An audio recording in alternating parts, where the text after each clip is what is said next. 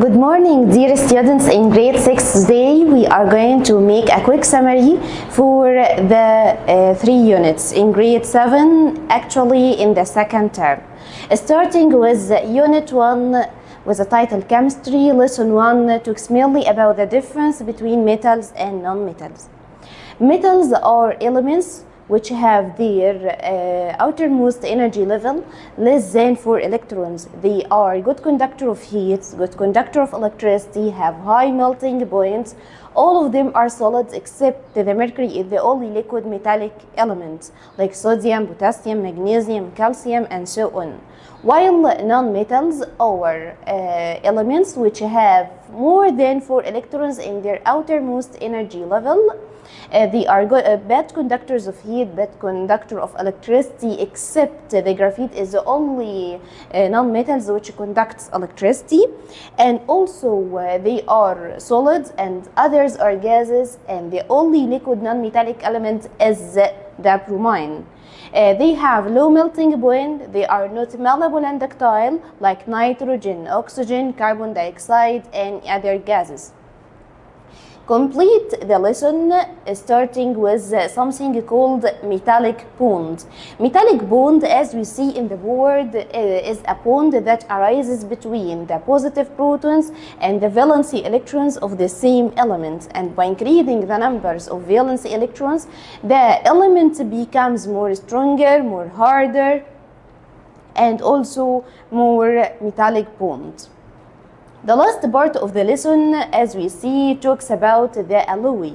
Alloy means is a mixture which is formed of mixed of 2 or more molten metals or mixed together, like bronze alloy, which is used in making statues and making jewelries and also in metals. Finally, this lesson talks about something called recycling, which means the conversion of the wasted materials into the usable one. Lesson 2 talks about the difference between the acids and the alkalis. As we see on the board, when we started the acid, we have to start with the meaning of the atomic group.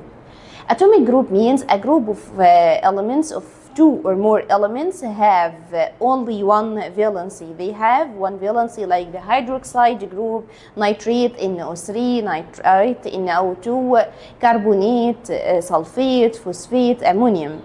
Don't forget that the ammonium group is the only atomic group that carry 1 positive charge, and the phosphate group is the only group that carry 3 charges, which means that it's a trivalent.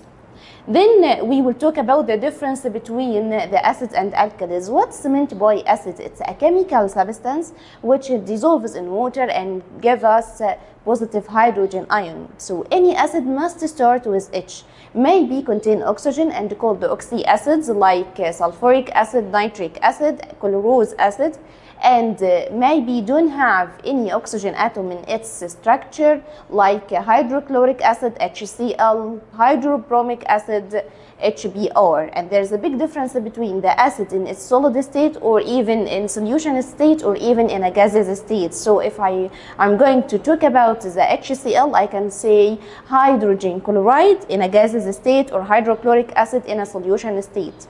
Also, we have strong acids in conducting electricity and weak acids.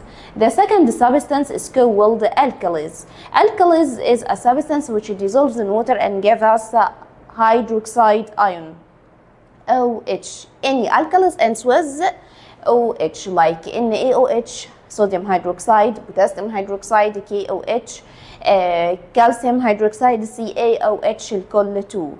And here I want to remind you something very important.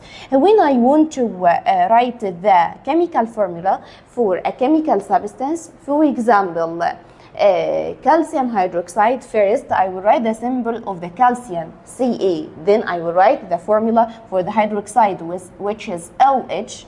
The second step, I will write the valency. The valency of calcium is 2, the valency of hydroxide is 1. Then I will make a scissor and write the final chemical formula, which is Ca. The OH here will take the valency 2, and the calcium will take the valency 1, and I will not write 1. Then I will write OH2. Okay? This is a step to how can we write the chemical formula for any chemical substances. Completing the lessons that we are talked about it, the alkalis. Also alkalis have two types, strong alkalis like NaOH and weak alkalis like NH4OH. The last part of the lesson talks about how can we differentiate between acid and alkalis by putting litmus paper. If it changes the blue into red, it will be acids. If it changes the red into blue, it will be alkalis. Also, we have two types of oxides. Oxides are a type of chemical compounds which may be metallic oxides, basic oxides, or non-metallic oxides, which means acidic oxide. The basic oxide, when it dissolves in water, it gives us alkalis. Like if I have MgO like this, MgO, it will dissolve in water and it will give us MgOH, and don't forget لكل 2. So when the metallic oxide dissolve in water, it will give us alkali. But if we add or dissolve non-metal oxide like CO2 dissolves in water, it will give us acid, and here carbonic acid will be formed, which is H2CO3. Okay, then the last part of the lesson talks about the acid rains are formed when the non-metal oxide like SO2, SO3, NO2, NO3, or even carbon dioxide dissolved in the atmospheric air. Actually, in the water vapor, it will form the acid rain, which causes dissolved of rocks, damage of building, kill fish, change the chemical nature of the soil. This for lesson 2. Starting with lesson 3, the chemical indicators and also the mineral salts. Chemical indicators are chemicals that we can use to differentiate between different acids and also different alkalis, as I cannot use the litmus paper between each acid because in each case it will give us red, so I cannot differentiate between HCl and H2SO4. But by using the litmus indicator, pH scale, pH meter, which give us accurately a value for the pH, so well at this moment I will differentiate between them well. Then here, if I add concentrated sulfuric acid to the sugar, it will be crumbled, and crumbled here means it will burn it, which means that like the cool. So don't taste or smell or even touch any chemical substances with your hands without taking a permission from your teacher, and there are some chemicals are very dangerous and can cause a burn for your skin. The second part of the lesson talks about a scientist called Søren Sørensen, who is the first scientist that discovered the pH scale. And the pH scale may be pH meter, which give us accurately value, or even pH scale that give us different colors to differentiate between acids and alkalis. If it's 7, it will be neutral. If it approaches to 0, acid. Approaches to 14, it will be alkalis. The last part of the lesson talks about pH value, as we see, and also the never drawn in the Dead Sea, because it has a high concentration of salt which decrease your density above the sea surface, so you will not be drawn in it. That's for unit 1. Let's start with the unit 2, talks mainly about the energy, lesson 1 about the potential energy. But before explain the meaning of the potential energy, we have to remember well what the difference between distance and displacement. Displacement is the shortest straight line between the starting point and the ending point, while the distance is the total length between the starting point and the ending point. Then we can talk about the potential energy, and first we have to learn how can we calculate the speed, as we see distance over time, and the measuring unit of distance kilometer or meter times second or hour. So the speed here, its measuring unit will be kilometer per hour or meter per second. Then we will talk about the potential energy. And the potential energy, first we have to know what's meant by the force. And if I want to calculate the work done, which is equal force times displacement. And if the object doesn't move a distance, so there is no work done here. For example, if somebody try to push a pool and the pool doesn't move, so I can say at this moment, so there is no work done here. But if the object moves the distance, means the work is done. Then the potential energy means the stored energy in an object due to the work done on it, and we can calculate the potential energy from the rule, which is weight times height. If I don't have the weight in the problem, I can calculate it by given mass and gravity. Weight equal mass times gravity. Then the factors that affect the potential energy here are weight and height. The second lesson talks about the kinetic energy, and the kinetic energy means the energy, the acquired energy due to the motion of an object, and there are two factors affect in it, which are mass and speed. And the kinetic energy here, if I want to calculate it, kinetic energy equal half times mass times v power 2, and its measuring unit is joule. But if I want to calculate the mass, equal 2 times kinetic over v power 2, and the measuring unit of mass is kilogram. If I want to calculate the speed, v power 2 here, 2 times kinetic over mass. And at this moment, I have to calculate the square root for the speed to calculate it. If I leave it, I cannot take the mark because it is squared. So I have to calculate the square root for the speed to calculate the value in accurate way. That's for the kinetic energy, or even for the unit 2. Starting with unit 3. Unit 3 talks about the relationships. And the relationships, starting with the first lesson, the nutritional relationship between the living organism. And before explaining the nutritional relationship, we have to know the meaning of the ecosystem. Ecosystem means it's a natural area which contains living organisms and non-living organisms interact with each other.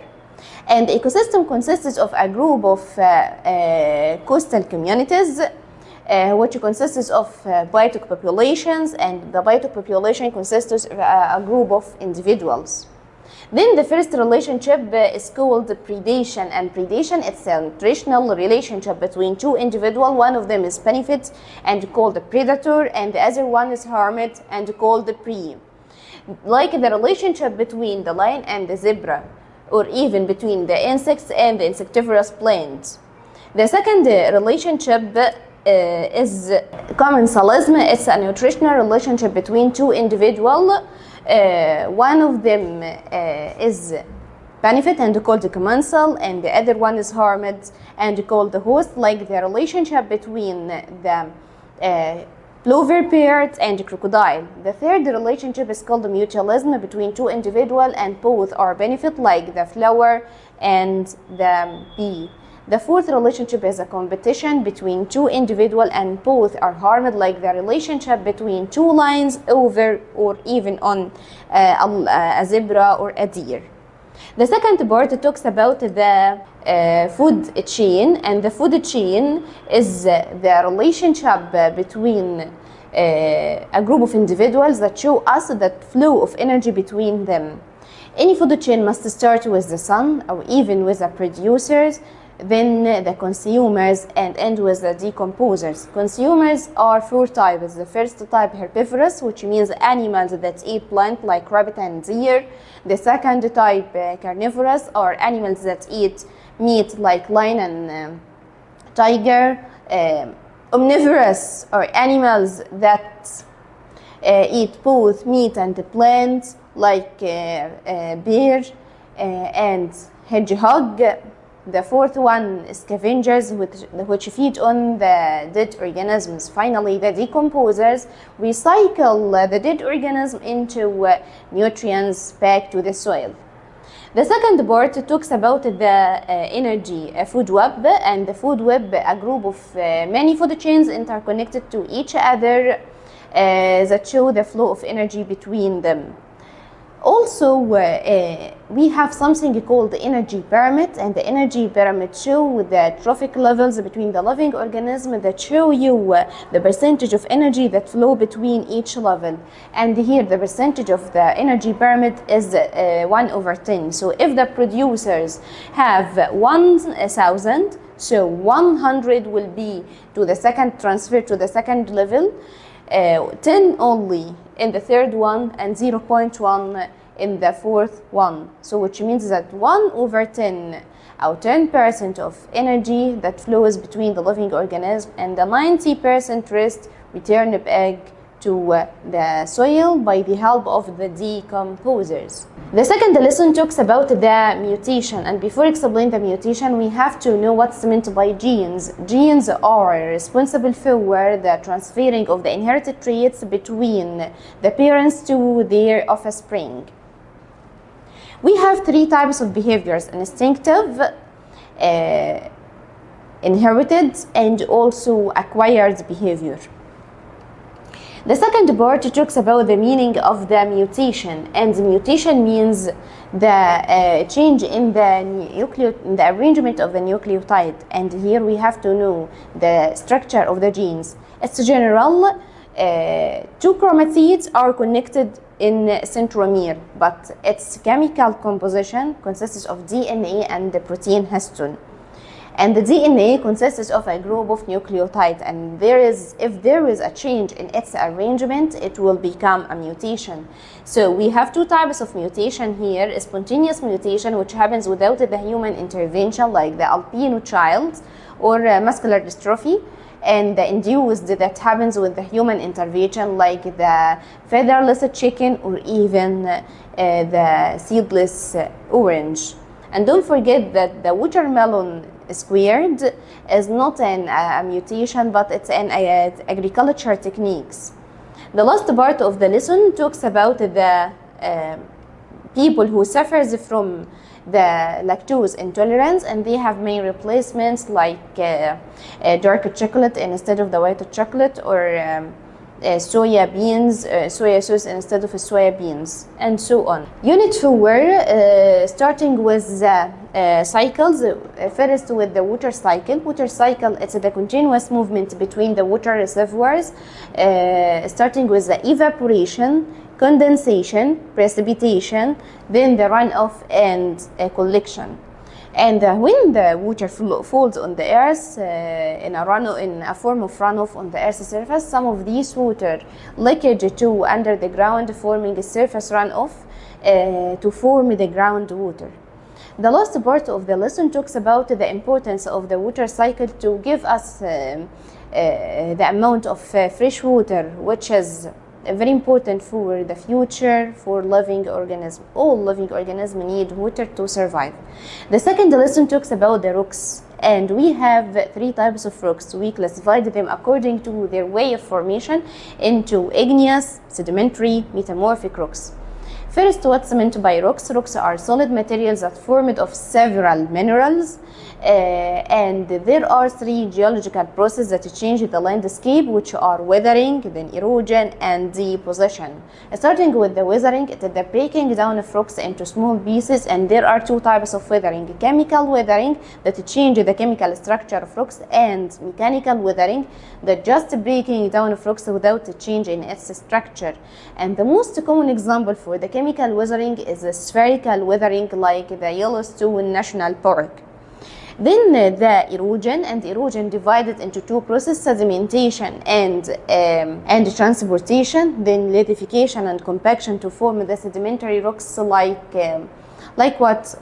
sandstone, limestone, and claystone. Don't forget that the limestone is used in construction of pyramids and also making cast for people who suffer from bone fracture. Then if the sedimentary rock are exposed to heat and pressure, it will form a metamorphic rock, like quartzite, which is formed from sandstone, and marble, which is formed from limestone. If the metamorphic exposed to melting and crystallization due to the cooling of magma or even the lava, it will form igneous rocks. But if it's cooling the magma, it will be plutonic igneous like granite, or cooling of lava like surface igneous rocks like basalt or even pumice. Then we talked about the rock cycle. It is the continuous movement from one type of rock to another, to change from one type to another. And finally end the lesson with something called fossil fuel. And fossil fuel is a type of fuel that is formed over millions of years, like coal, oil, and also natural gas. The coal formed from dead plants, oil and natural gas formed from marine microorganisms, and don't forget that the natural gas has 90% of methane from its composition. This was a quick summary for all the units: Unit 1 Chemistry, Unit 2 Physics, Unit 3 Biology about the relationships and mutations, Unit 4 about the cycle, especially the rock cycle and the water cycle. Just study hard the lessons, answer different questions, and with the best wishes, good luck dear students in grade 7, and bye bye.